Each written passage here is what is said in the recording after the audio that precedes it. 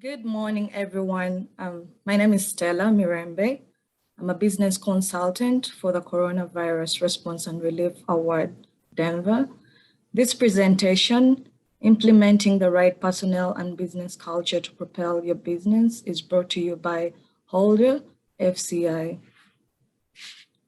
Founder and CEO of Culture Sphere, John Palmer is a 20-year veteran of the staffing industry, consults with other staffing and workforce development companies, counsels startup entrepreneurs, and has successful experience in designing and building market APIs. He is culturally aware and diverse individual who believes in enhancing position and leveraging weakness.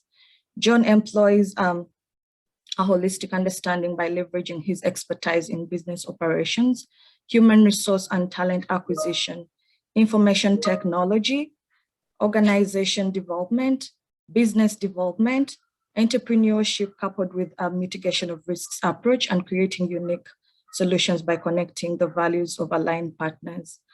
Talent acquisition is a very competitive environment that requires a local, national, and global perspective. John excels at taking a shared vision experience and creating a business workforce development solutions approach that drives return on investment. He is always looking for new opportunities and partnerships. Ladies and gentlemen, help me welcome John Palmer. Good morning, good morning, good morning. How is everyone? Doing great. Thank you so much. Doing great, John. Thank you. Thank you. Thank you so much. This is amazing. So first and foremost, I just want to tell everybody, thank you again. Thank you for allowing me the opportunity to come present to you today. Thank you to the Denver Coronavirus Relief Act. Thank you for giving me the platform to be able to speak and present on the importance of implementing the right culture and the right personnel and business culture to propel your business forward. I do have quite a bit of information I'm going to share today. I'm going to condense it as much as I can. I'm going to be open to any questions that you may have at the conclusion of the presentation. So I'm ready to go. Let's go.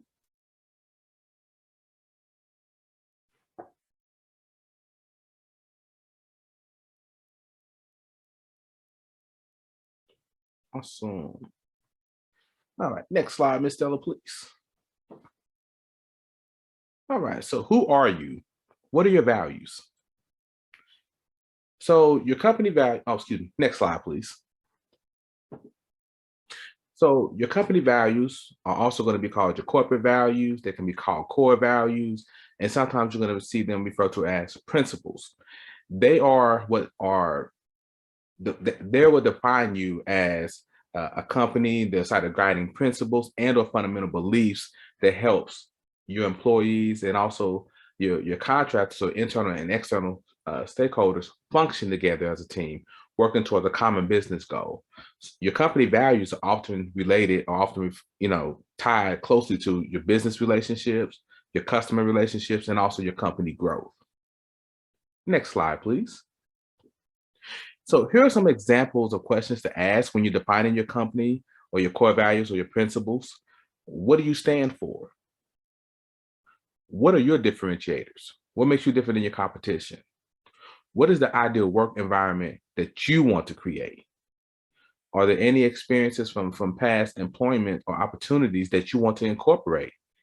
Are there any that you want to eliminate? And what is your why? So beyond the money, beyond your children, beyond your family, beyond wanting to create generational wealth, beyond what I consider as an entrepreneur, the falsehood of I want to be my own boss, because I don't have one boss, I have many. Why do you exist? These are questions that you want to ask, that you want to define, which will help you, as we stated before in the previous slide, with your business relationship, your customer relationship, and your company growth. Next slide, please. So here are some examples of companies or core values of widely known companies that most people use every day. And as a side note, these have been truncated due to time constraints. I'm going to give a top level overview of the information. And at the bottom of each of these slides, in the next few slides, I've included a hyperlink directly to the page so you can see their values in their entirety. and you can take the time to mull them over in your spare time. So we have Facebook. Be bold. Focus on impact. Move fast. Be open. Build social value. Okay. Next. Next, we have Amazon's principles. Customer obsession. Ownership. Invent and simplify. All right, comma, a lot. Learn and be curious. Hire and develop the best. Insist on the highest standards. Think big. Bias for action. Frugality. Earn trust. Dive deep. Have backbone, disagree, and commit. Deliver results. Strive to be Earth's best employer. Success and scale bring broad responsibility. Next. Culture sphere values. Every idea has value. I desire to hear from you. I want to know what you think. Learn from you. I want to learn from you. Global learning approach. Many experiences. I want to know your experiences. I want to share mine so we can get the best outcome. Acceptance, not tolerance. Understanding that mistakes breed growth and understanding. And then learn to know. And that full value in its entirety is learn to know. I don't know is our biggest opportunity. Okay. Next slide. So who are you? What is your company culture? Next, please. So what attributes define your company culture? You see company culture manifesting itself in a variety of ways. As we continue to go through these next several slides, we'll take a look at some leadership styles and learning styles in particular. Generally, when you hear company culture, you may have heard or you hear it described as words such as innovative, customer-centric, tech-driven, sweatshop, aggressive, fun. These are just certain names that you may hear when you hear company culture. If you hear those, that's what they're meaning. Okay, next. So on this next slide, you're gonna see some examples of companies and their respective company cultures, some of which you're gonna naturally know, you're gonna be familiar with, and you probably use them daily, if not daily, often. Facebook, Amazon, Chick-fil-A, McDonald's. Facebook is known for being a tech-driven culture. Amazon employs several cultures within its company. They're innovative, they're customer-centric, they are operational excellence, and they're also process-driven. So they employ about 4 different cultures inside their company. Chick-fil-A is a customer-focused culture. They tell you, thank you, you're welcome, please come again. They are really focused on letting you know that you are valued and that your business matters. And then McDonald's is a process-oriented culture. Next slide, please. So in reviewing Amazon and Facebook respectively, here's a slightly deeper dive on their culture. So with Amazon, they say, come build with us, come build the future with us. Our mission is to be Earth's most customer-centric company. This is what unites Amazonians across teams and geographies as we are striving to delight our customers and make their lives easier. One innovative product, service, and idea at a time. What they're really saying, you're seeing Amazon take an approach of growing locally, individually, locally, nationally, and globally. You see them wanting to build that, and they want that across every facet and across every layer of their organization, from entry level up to direct level, up to the C-level suite. They want everybody to be focused on customer centric. Facebook, move fast, be bold, be yourself. At Facebook, you will have the opportunity to work with great people, tackle big challenges, and make a real impact. Wherever you work, while being your unique, authentic self, which is a big deal in today's work environment. Okay, next. So who are you? What is your company culture using metrics? Next, as I alluded to a few slides back in this presentation, we're now going to look at things that every employer should be focusing on when they're building and understanding their culture. There's 4 major areas that have a critical impact in communication or language and how you want to properly assess and deliver information to everybody. And that's going to be these 4 areas: your generations, personality tests like the Myers-Briggs, learning styles, and also leadership styles. So as it currently stands, there are approximately 4 generations in the workforce, and we're going to discuss who they are and also their respective strengths and their weaknesses. Next slide. Okay, so we're going to look at generations in the workforce by the numbers. Okay, so up first, we have the baby boomers. They are born between 1946 and 1964. They're currently between 57 and 75 years of age, and they are also aging out of the workforce and re-entering all at the same time. I would love to expound on this some more, but due to time constraints, I'm just going to give you this part of it. This generation is simply re-entering the workforce again as consultants and mentors due to issues with the other generations, and we'll touch bases here momentarily. So some of the strengths of baby boomers. Boomers are characterized rather as being workaholics who relish long weeks and overtime. They're more committed to their roles than any other generation we're going to discuss. They're also considered good team players.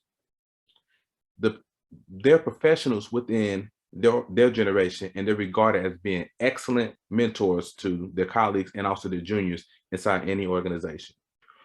The weakness to the baby boomer is they have a preference for structure and discipline and are less inclined to welcome change. They're very competitive, so they need recognition and rewards to keep them motivated and engaged to achieve more. And they're also regarded as the least tech savvy of all the generations, and that prohibits their ability to keep up with technological developments and advancements. Okay, next. Next, we have Gen X. They're born between 1965 and 1980. They are currently aged between 41 and 56. This generation works best with the baby boomer generation, as they were and are our parents and are our parents' age. Strengths of the Generation X is that they are the majority of organizations believe that they are the best overall worker. They are professionals who are committed to juggling work with family time and also work-life balance. They have an insane ability to keep that balance going on for themselves. And they're also considered to be the biggest revenue generators overall. Their weaknesses. So less than 40% of Gen X are satisfied with senior management within their organization. They're less inclined to say anything if they disagree with management than their baby boomer counterparts. And then also one of their weaknesses is that they are less inclined to spend more time completing something perfectly, since they can do it more quickly. And so this is where you see it being good versus great. Our baby boomer predecessor would spend countless hours perfecting that what they're doing, and we're going to do it good. So that shows up. Okay. Next. All right. Next, we have here Generation Y, or the millennials. They're born between 1981 and 1996. They're currently between 25 and 40 years of age. This generation is highly independent, socially responsible, and to their detriment, highly independent. Of all generations that are currently in the workforce, they are considered to be the most independent worker, which is a strength for them. They're also concerned with the ethics and the social responsibility of an organization. Therefore, if they like what you stand for, they're going to buy in. Millennials also have grown up sourcing information, so they need to be left to create their own processes and work on their own rather than being told exactly what to do. As such, that can cause a rift between them and the baby boomer. Weaknesses for the Gen Y generation. Due to their independent nature, they're not interested in teamwork as much as other generations. They don't have a strong work ethic, or not as strong as everybody else, because they are generally going to put in an average of 38.8 hours of work compared to previous generation, the baby boomer, who worked well above 40 hours. And they also are impatient when it comes to their career growth, with 49% saying they are likely to leave before 2 years if they feel their skills are not developed. So therefore, if you are working with millennials and you're seeing that they're leaving after 12 to 18 months, that's the average. This is why. Okay, next. And last and most certainly not least, we have the Generation Z. They were born between 1997 and 2012, and they are currently between 9 and 27 years of age. This generation is the most tech competent of all generations. They are also regarded as the always on generation, meaning they are always on a device, a mobile device, whether it's a tablet, a Mac, a PC, a cell phone. They are always on, and they're built to multitask like no other, which they are using simultaneously up to 5 screens at once, and they're doing it efficiently. The tech skills make them a walking source of how-to information, as they absorb information quicker than any other generational predecessors that have come before them. It's the same skill set that can also be a weakness for them, because they do not know a world without technology, or without social media, or without something being easily accessible versus any other technologies that they use. So as such, this can make them very reliant on that technology when it's time to problem solve. And it also makes them highly compromised when it comes to their people skills, because they don't have to use them.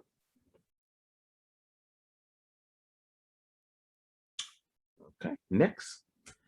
All right, and here's a graph that is more or less a visual representation of the baby boomer X and Y generations that we just spoke about. I'm going to leave this up for a few more seconds, Stella. Just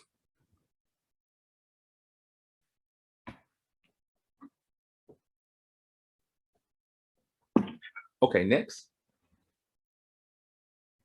Okay, the next metric we're going to briefly review is the Myers-Briggs personality test. So there are approximately 16 different combinations, and I don't want you to worry about trying to memorize all the 16 or the different ones. The goal here is really just to be able to identify a trait or several that you can identify in yourself and or your coworkers, and therefore be able to adapt your communication accordingly within the workforce. Next.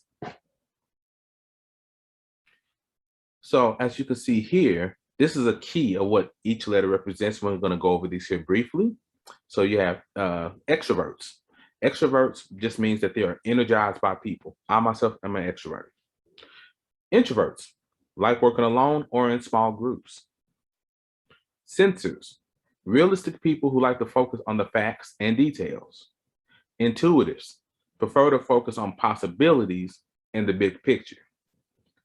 Thinkers tend to make decisions making logical analysis. Feelers, making decisions based on their own personal values. Judgers, organized and prepared. They make and stick to their plans. Perceivers, spontaneous. They prefer to keep their options open. So if you're working inside of an organization and you approach a coworker and you ask them, say, hey, we have a last minute change, and they fly off the handle, or they're not very cooperative, more than likely they are a judger. It's because they are organized and prepared. And because they make and stick to plans, there's no telling what we are asking them to compromise as a result. Just sharing some information here. Next. Next, we have what we call the VAK learning styles. So you have visual, auditory, and kinesthetic. So visual means that you see to learn. Auditory means that you hear to learn. And kinesthetic means you move and do to learn, or simply put, it means hands-on. So all beings, we operate in all of these, but one of these is generally going to be your more your primary or your dominant learning style that you can go to. I myself am a kinesthetic learner, but I'm very good at and adept at visual and auditory as well. Why is this important? This is important because based on that person or that individual within your workforces, dominant style, that makes a difference in how you deliver information to them and how they're going to retain that information. Next.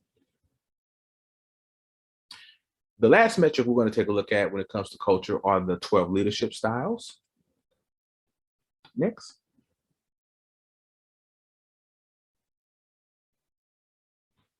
Okay. The first leadership style we're going to take a look at is the autocratic leadership.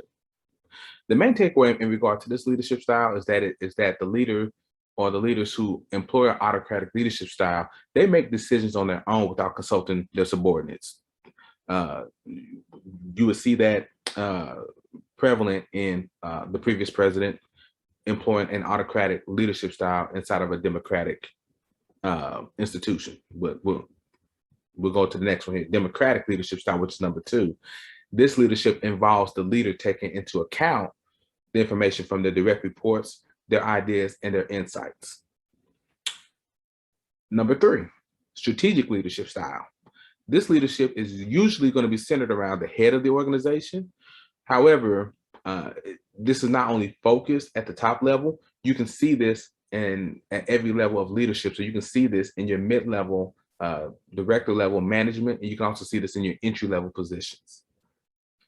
Number 4, transformational leadership style. This type of leadership is going to get the most out of their direct reports and their peers and challenging them to be better, even greater than what they thought they could. Okay, next.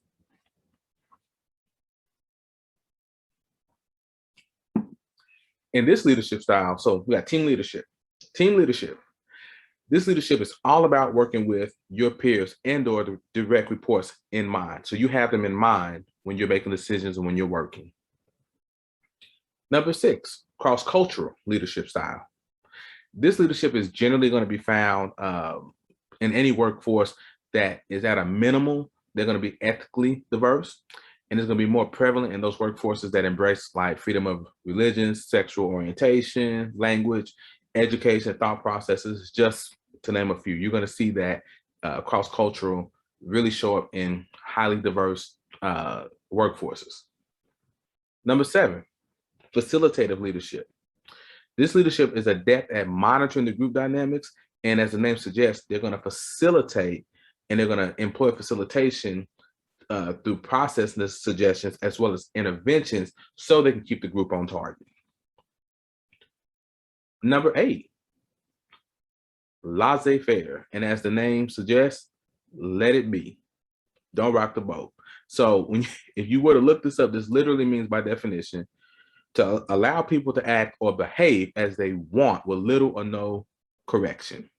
This by far is the least productive leadership style. So if you are within an organization and you feel like things are not progressing forward and you're asking management, Alicia, what's going on, but nothing really changes, they may be employing a laissez-faire leadership style. Next. Number 9, transactional leadership. As the name suggests, this leadership style involves an exchange between the leader and their direct report and or their peer. So for example, get this done for me. If you can get this done and complete it by, let's say 2:30, I'll let you leave 3 hours ahead of your schedule, 5 o'clock shift, and I'll still pay you for 8 hours. That's a transactional leadership. You do this for me, I'll do this for you. Next, we have coaching leadership. This leadership style, it supervises and it also teaches why they are working. Number 11, charismatic leadership. This leadership style is going to change the values and the beliefs of the people inside the organization. Well, you may see this show up. So an example would be, let's say you're watching the news and you see where XYZ company may have been embattled in something publicly where the perception was negative or there's an incident, and you will see the company actually jettison the old leadership, and then they'll bring in an executive from a company whose values align where they want to go, that they want to emulate, or they may bring it in from a competitor. That's where you'll see charismatic leadership styles show up sometimes to easily identify. And last but not least, 12, visionary leadership. This leadership is cognizant that they need people, the right people, for methods, steps, and processes to carry out the company's vision and/or mission. Next. So what is your team chemistry? We're going to take a look at this at a glance. Over the next several slides, I'm going to share with you who John is from like a 50,000 foot view in relation to all the information I've shared with you thus far, as well as one of my team members. So hopefully this will bring everything home for you. And again, for brevity, I'm only going to share one partner, my creative director. Next slide, please, Ms. Stella. As you can see here, overall, our team chemistry index together, we are outspoken, we're creative, and we're introspective. Next. Okay, so here is our team chemistry index profile. As you can see, John is an ENFJ, extroversion or extroverted, intuitive, feeling, judging. My leadership styles are visionary, charismatic, facilitative, and cross-cultural. And I also employ a kinesthetic learning style. My creative director, on the other hand, his leadership styles are strategic, visionary, facilitative, and cross-cultural. With a visual learning style, he's also an ENTJ. So we're very closely aligned, but not quite. So together we have a team chemistry index up in the top right-hand side of being outspoken, creative, and introspective. And you can see how that breaks down up in the top right-hand side here. Okay, next. So here's my individual Myers-Briggs, and as noted, I'm entrepreneurial, global leadership, and facilitator. On the next slide, I'm going to share with you real quick what my Myers-Briggs says about me, and you will see where entrepreneurial, global leadership, and facilitator kind of jump out. So ENFJs, we are known as mentors. We are global learners. We see the big picture. Focus is expansive. I have the ability to juggle an amazing number of responsibilities or projects simultaneously, and we'll have tremendous entrepreneurial ability. We are externally focused, introspective, altruistic, positive, and have excellent people skills. We're generally warm and have a natural desire to be supportive and encouraging. Being charismatic, we also possess excellent language skills and do well in leadership roles. There's that word charismatic again, which makes sense why John has a charismatic leadership style, because naturally at my core, charisma is in me. That's what it is. Next.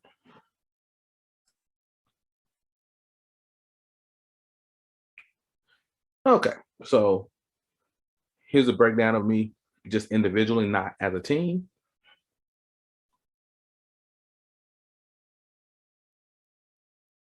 Okay.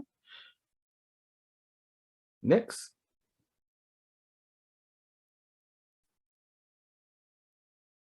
All right, and here's my creative directors. His individual Myers-Briggs, as noted, he is creative, an influencer, and decisive. Next.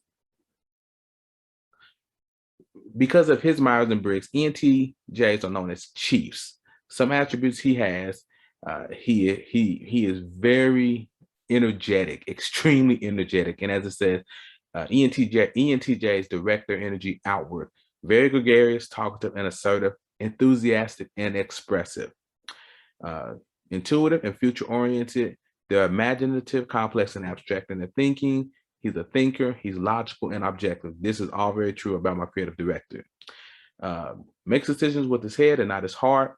Very rational, critical in thought, firm with people, and thick-skinned. You can tell him whatever it is, and he never takes it personal because he's very thick-skinned and decisive, and he enjoys finishing tasks and seeks closure. Very unique individual. And next, here's his breakdown of his chemistry index. ENTJ, strategic, visionary, facilitative, cross-cultural leadership styles, employing a visual learning style, which makes sense with him being a creative director. And next, and that's it. That's my time.